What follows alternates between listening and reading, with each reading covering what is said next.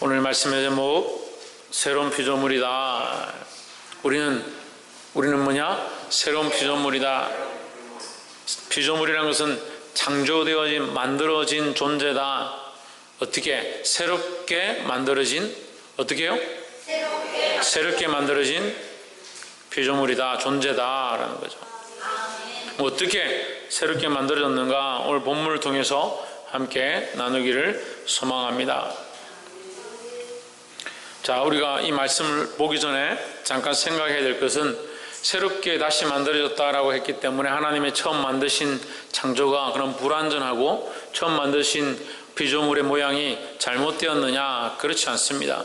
하나님의 원래 만드신 피조물의 모양이 온전하고 하나님의 형상을 따라 창조되었기 때문에 하나님의 형상 안에서 완전해야 하지만 결국 인간 스스로, 피조물 스스로 죄를 범하고 교만해져서 하나님처럼 되려고 했기 때문에 오염되었다라는 거죠.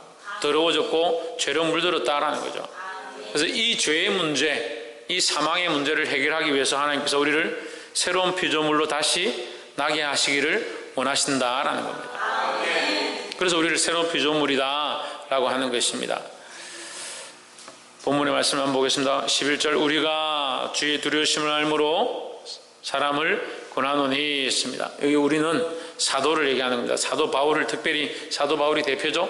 사도 바울과 디모데와 동역자들 얘기하는데 사도 바울은 이렇게 보면 되겠습니다. 사도 바울은 주의 두려우심을 알므로 이 안다는 것은 경험되었다라는 거예요.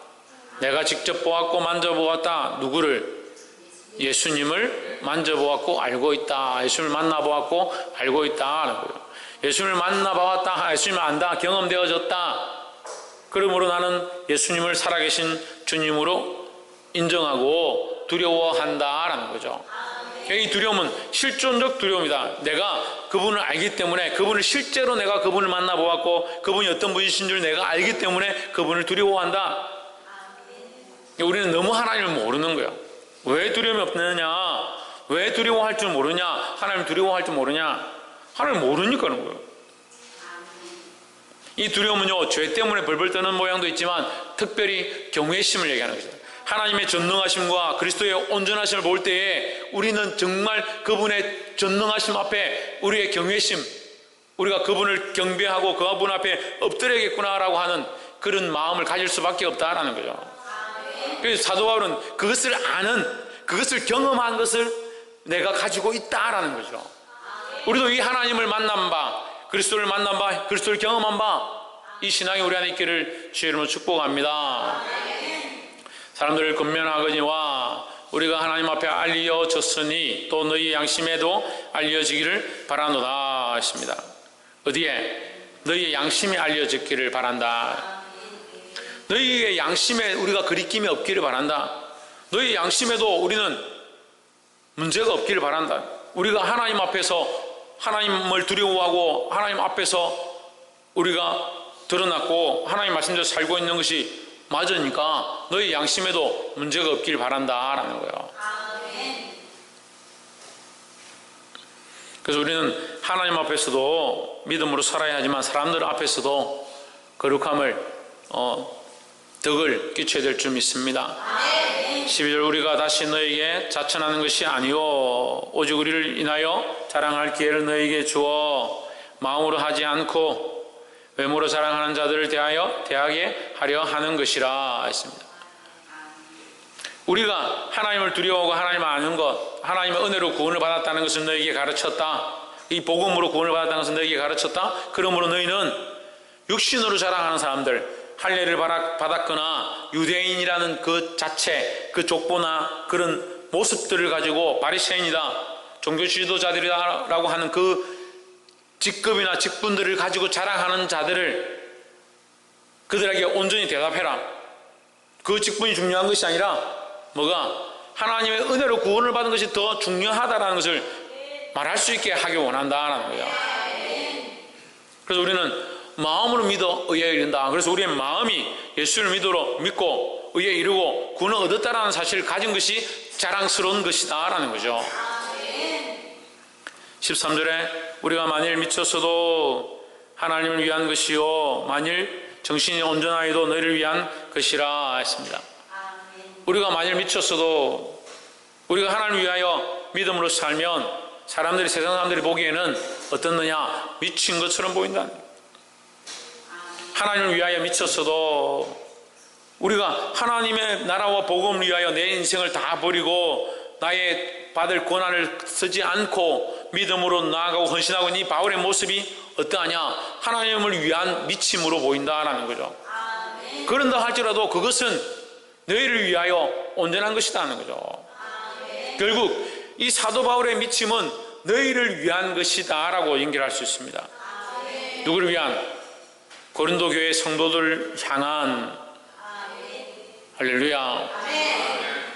그래서 우리는 그런 마음을 가져야 하는 거예요. 특별히 앞에 선 자들은, 특별히 가르치는 자들은, 특별히 직분자들로 세워진 자들은 하나님 앞에 미친 마음을 가지고 하나님을 위하여 최선을 다하고 충성을 다하고자 하고, 그것이 내가 믿음으로 살아서 주를 기쁘시게 하는 것이 결국 사람들을 위한 것이 되어야 한다라는 거예요. 14절에 그리스도의 사랑이 우리를 강건하시는도다. 뭐가? 그리스도의 사랑이. 그러니까 우리가 이 미침, 하나님을 위한 미침, 하나님을 위한 열정, 하나님을 위한 이 믿음의 모양이 무엇으로? 그리스도의 사랑으로. 그리스도의 사랑으로. 그리스도의 사랑이 어떠한지를 지금 이제 가르치기 시작하는 거예요. 우리가 이것을 할 수밖에 없는 이유는 이 말이죠. 사도 바울이 이 일을 할 수밖에 없는 이유는 내가 하나님을 위하여 미치는 수밖에 없고 너희를 온전케 할 수밖에 없는 이유는 그리스도의 사랑이 나를 강건합니다 라는 거예요. 그럼 그리스도의 사랑이 뭐냐를 알아야겠죠. 우리를 강건하니까 우리를 강건하고 우리를 강하게 권면해서 이렇게 하도록, 이렇게 살 수밖에 없도록, 이렇게 믿음으로 나아갈 수밖에 없도록 하고 있는 이 그리스도의 사랑이 무엇인가, 그걸 알아야 되는 거예요. 근데 우리는 그리스도의 사랑을 자꾸 잊어버리는 거예요. 현실에 집중하고 상황에 집중하고 문제에 집중하면 뭘 잊어버리냐? 그리스도의 사랑을 잊어버립니다. 세상의 문제들이 너무 커서 하나님의 사랑이 보이지 않는 것입니다. 그 하나님의 사랑을 잊어버리고 그리스도의 사랑을 잊어버리니까 하나님을 위하여 미칠 수도 없고 사람들을 위하여 온전히 그들을 구원하고 믿음의 길로 이끄는데 참여할 수가 없다는 거죠. 이 그리스도의 사랑을 알기를 주의 이름으로 축복합니다. 우리가 생각컨대 한 사람이 모든 사람을 대신하여 죽었은즉 모든 사람이 죽은 것이라 했습니다. 이 로마서의 교리적인 부분을 여기 가져와서 똑같이 접목하고 있는 겁니다. 한 사람이 모든 사람을 위해 대신하여 죽었다. 이게 뭐예요? 이게 뭐예요? 그리스도의 사랑이라는 거예요. 그리스도의 사랑. 그리스도의 사랑이 뭐냐? 한 사람이 모든 사람을 위하여 죽었다. 한 분 온전하신 그분이, 죄 없으신 그분이 모든 사람을 위하여 죽었다. 그것이 뭐냐? 그리스도의 사랑이다 라는 거죠. 근데 여러분 뒤집어서 생각하면요, 모든 사람은 다 죽을 자격이 있고 죽어야 되고 죽을 이유가 있는 거예요. 왜? 모든 사람이 다 죄인이니까요. 하지만 한 분 이 그리스도는 죽지 않아도 되고 죽을 이유가 없는 거예요. 죽을 이유가 없는 분이 죽어야 될 이유를 다 가지고 있는 우리를 위해서 자신을 희생하고 죽으셨다는 것은 사랑이 아니고는 해석할 수도 없고 이유가 되지도 않고 말이 안 되는 거예요. 이것이 그리스도의 사랑이다라는 겁니다. 그러므로 우리에게 뭐가 있습니까? 그리스도의 사랑으로 말미암은 구원의 은혜가 있다라는 거죠. 원래 우리가 다 죽어야 하는데 한 사람이 대신 죽음으로, 자, 한 사람이 모든 사람을 대신하여 죽었은즉 모든 사람이 죽은 것이라, 한 사람이, 우리가 다 죽어야 되는데 한 사람이 대신하여 죽었으므로 모든 사람이 죽은 것이 되기 때문에 우리는 이제 죽지 않아도 된다라는 거죠. 이것이 구원의 은혜를 다시 말하는 거예요. 15절에 제가 모든 사람을 대신하여 죽으심은 산자들로 하여금 다시는 그들 자신을 위하여 살지 않고 오직 그들을 대신하여 죽었다가 다시 살아나신 이를 위하여 살게 하려 함이라 했습니다. 자, 이것은 우리에게 주시는 사명이다. 사명. 우리가 그리스도로 말미암아 받은 구원의 은혜를 안다면 우리는 원래 다 죽어야 될 존재인데 죽지 않아도 될 뿐이 우리를 위하여 대신 죽음으로 말미암아 우리는 다 살림을 받았다. 그래서 이제는 나를 위해서 사는 게 아니고 원래 죽어야 되는데 우리를 살게 하신 그분을 위하여 살아야 한다라는 거죠. 이것을 어떻게 합니까? 이걸 어떻게 알아요? 믿음으로 알죠. 믿음으로. 그가 우리를 위하여 죽으셨음을 우리가 믿음으로 받았고 그리스도를 믿어서 우리가 구원을 얻었다면 어떻게 구원을 얻었다? 믿음으로 구원을 얻었다면 이제는 나를 위해 사는 것이 아니라 주를 위하여 살아야 한다는 거예요. 나를 위하여 죽으신 그분을 위하여 살아야 한다는 거죠. 이 말씀은 다시 말하면 내가 그리스도와 함께 십자가에 못 박혔나니 이제는 내가 산 것이 아니다. 나를 위하여 자기 목숨을 버리신 그리스도 예수 하나님의 아들을 믿는 믿음 안에서 사는 것이다 하는 거예요. 이제 사는 것은 이제 거기에 중간에 뭐가 되냐면 이제 지금부터 사는 이유는 지금부터 살아가는 이유는 그전에는 그냥 내가 살았었는데 그리스도께서 나를 위해 죽으셨음을 이제 알았다. 그럼 이제 어떻게 사느냐? 나를 위해서 내가 먹고 싶은 대로 내가 살고 싶은 대로 내가 즐기고 싶은 대로 사는 것이 아니라 이제는 나를 위해 죽으신 그리스도를 믿는 믿음 안에서 살기 시작하는 것이라는 거예요. 그래서 우리가 그리스도를 믿는 믿음이 생겨날수록 이제 우리의 삶이 바뀌어야 한다. 자기를 위한 삶이 아니라 주를 위한 삶이 되어야 한다는 겁니다. 16절에 그러므로 우리가 이제부터는 아무 사람도 육체대로 알지 아니하노라. 육신을 따라 알지 아니하노라. 왜요? 왜 육신을 따라 알지 않습니까?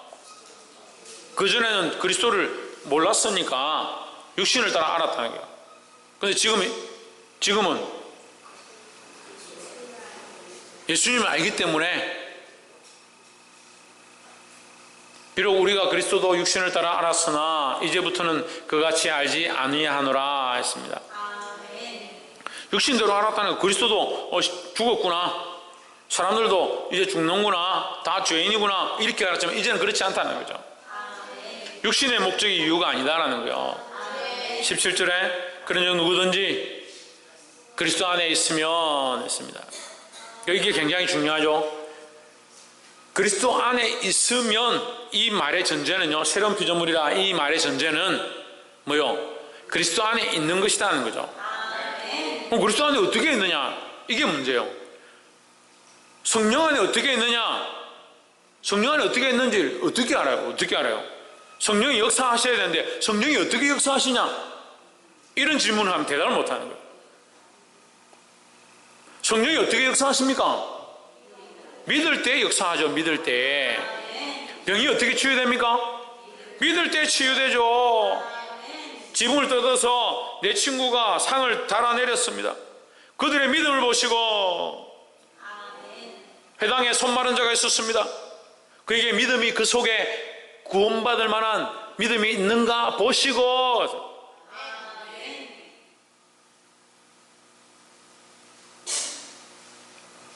그에게 이런 것을 주는 것이 없느니라. 주의 올소이다마는 개들도 주인의 상에서 떨어지는 부스기를 먹지 않나이까? 내가 이스라엘에서 이런 믿음을 찾아보지 못했다. 뭘 찾아보지 못했다? 부스러기를? 믿음을. 주님 오실 때 뭘 보겠느냐?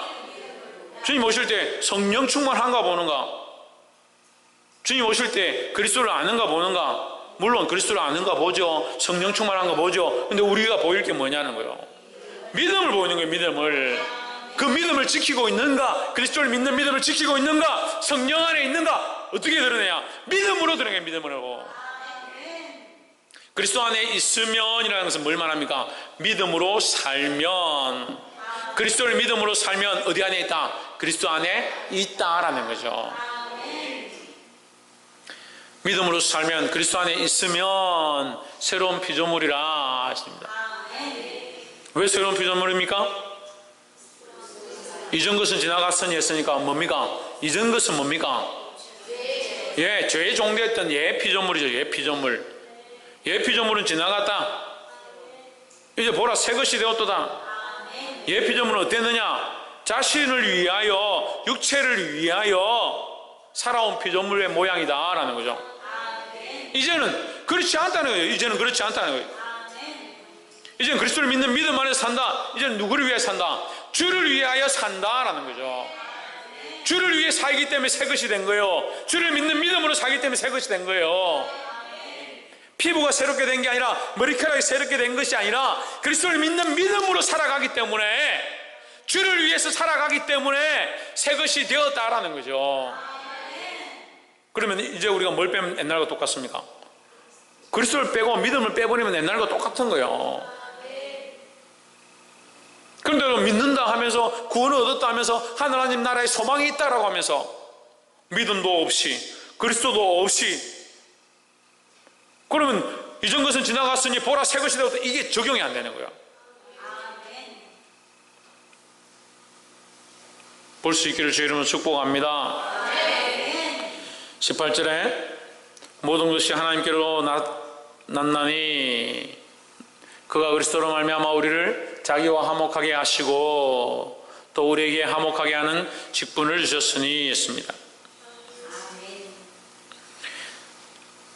이 화목이라, 여기서 화목이라 얘기하는데, 화목은 카탈라게인데 화평을 얘기합니다. 화평을 이루려면요, 전쟁이 거쳐지고 화평이 시작되는 거죠. 화평을 이루려면 뭐가 있어야 되냐? 화해가 있어야 되죠. 화해, 화평, 화목입니다. 연결되죠. 화해, 화평, 화목. 화해가 이루어져야 되는데, 화해가 이루어지려면 뭐가 돼야 되겠습니까? 예? 북한하고 지금 뭐 통일하겠다고 그랬는데, 통일돼봐야 알겠지만, 통일하겠다고 뭐 친하게 지내겠다고 그랬었는데, 뭐가 돼야 됩니까? 뭐가 우선 돼야 됩니까? 예? 잘못을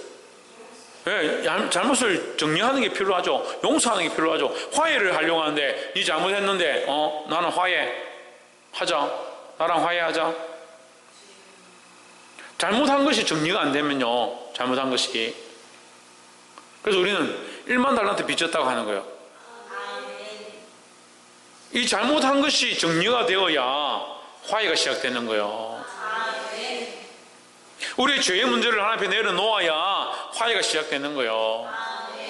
이 화해, 이 죄의 문제를 해결하기 위하여 누가 죽으셨냐? 모든 사람을 위하여 누가 죽으셨냐? 한 분이 죽으셨다. 그 한 분이 누구냐? 예수 그리스도라는 거죠.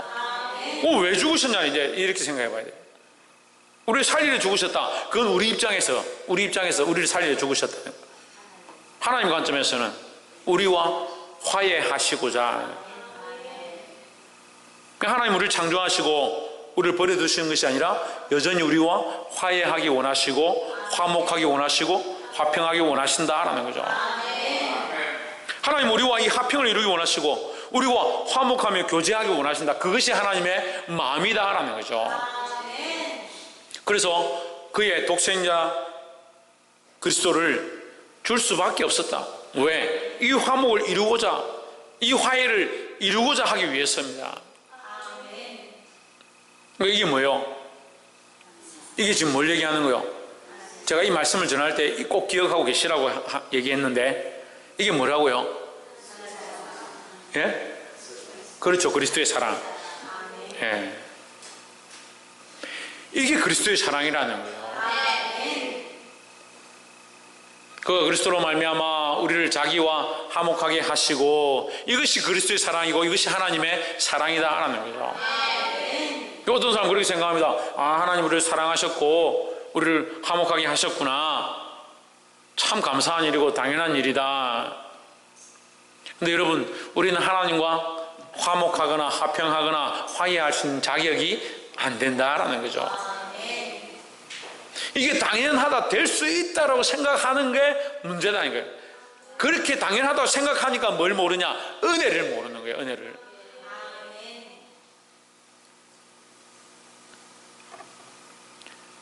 볼 수 있기를 소망합니다. 그가 그리스도로 말미암아 우리를 자기와 화목하게 하시고 또 우리에게 화목하게 하는 직분을 주셨으니 했습니다. 이제 화목하게 되어진 자에게 새로운 직분이 있는데 뭐 하는 직분이다? 화목하게 하는 직분이다 라는 거예요. 이 화목은요 우리끼리 화목하는 게 아닙니다. 자, 주어는 누굽니까? 하나님이죠. 하나님. 할렐루야. 모든 것이 하나님께로서 났으며 그가 그리스도로 말미암아 우리를 자기와, 이 자기와가 누굽니까? 하나님과 또 우리에게 화목하게 하는, 왜? 누구와? 하나님이죠. 하나님. 우리에게 화목하게 하는은 위에 자기와 화목하게 하시고에 연결되어지고 자기와 화목하게는 곧 하나님께로 연결되어지는 거예요. 그러니까 결국 우리의 화목은 어디에 있느냐? 하나님께로. 우리가 또한 다른 사람들을 어떻게 하나님께로 화목하게 하는 일을 해야 한다라는 겁니다. 이것이 우리의 사명이고 이것이 우리의 직분이다라는 겁니다. 그리스도를 알고 그리스도를 믿고 그 안에, 그 은혜 안에 들어가서 하나님의 사랑 안에 거하게 되는 것, 그것이 화목함의 모습이다. 그래서 어떻게 하느냐? 나만 은혜 받고 나만 즐거워하고 나만 하나님과 화목한 것이 아니라 우리에게 직분을 주셨다. 직분. 우리에게 이 사명을 주셨다. 죽을 때까지 충성해야 될 이 사명이 뭐냐? 이제 내가 내 뜻대로 사는 것이 아니라 그리스도를 믿는 믿음으로 살아가는, 주를 위해 사는 삶이 되었다면 우리에게 이 직분이 있는데 무슨 직분이 있느냐? 다른 사람들을, 다른 영혼들을 하나님과 화목하게 하는 직분이 우리에게 있다라는 거예요. 깨닫게 되기를 소망합니다. 19절에 이는 하나님께서 그리스도 안에 계시사 세상을 자기와 화목하게 하시며 저희 죄를 저에게 돌리지 아니하시고 화목하게 하는 말씀을 우리에게 부탁하셨느니라. 18절과 19절은 반복되어지는, 그래서 좀 더 구체적으로 말씀하고 있는, 그래서 우리가 화목하게 하는 말씀을 우리에게, 하나님께서 화목하게 하는 말씀을 우리에게 뭐 했다? 부탁하셨다. 이것은 맡겼다라는 게, 맡겼다.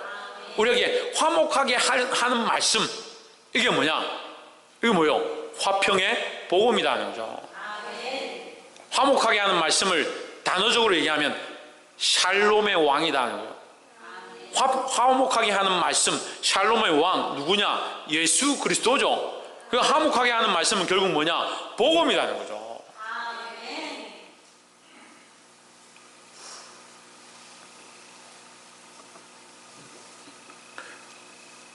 이 복음을 우리에게 부탁하셨으니까 이 복음으로 그리스도에게로, 하나님께로 돌아오게 하는 일들을 감당하시길 주의 이름으로 축복합니다. 20절, 이러므로 우리가 그리스도를 대신하여 사신이 되어, 왜 그리스도를 대신하여 사신이 되었습니까?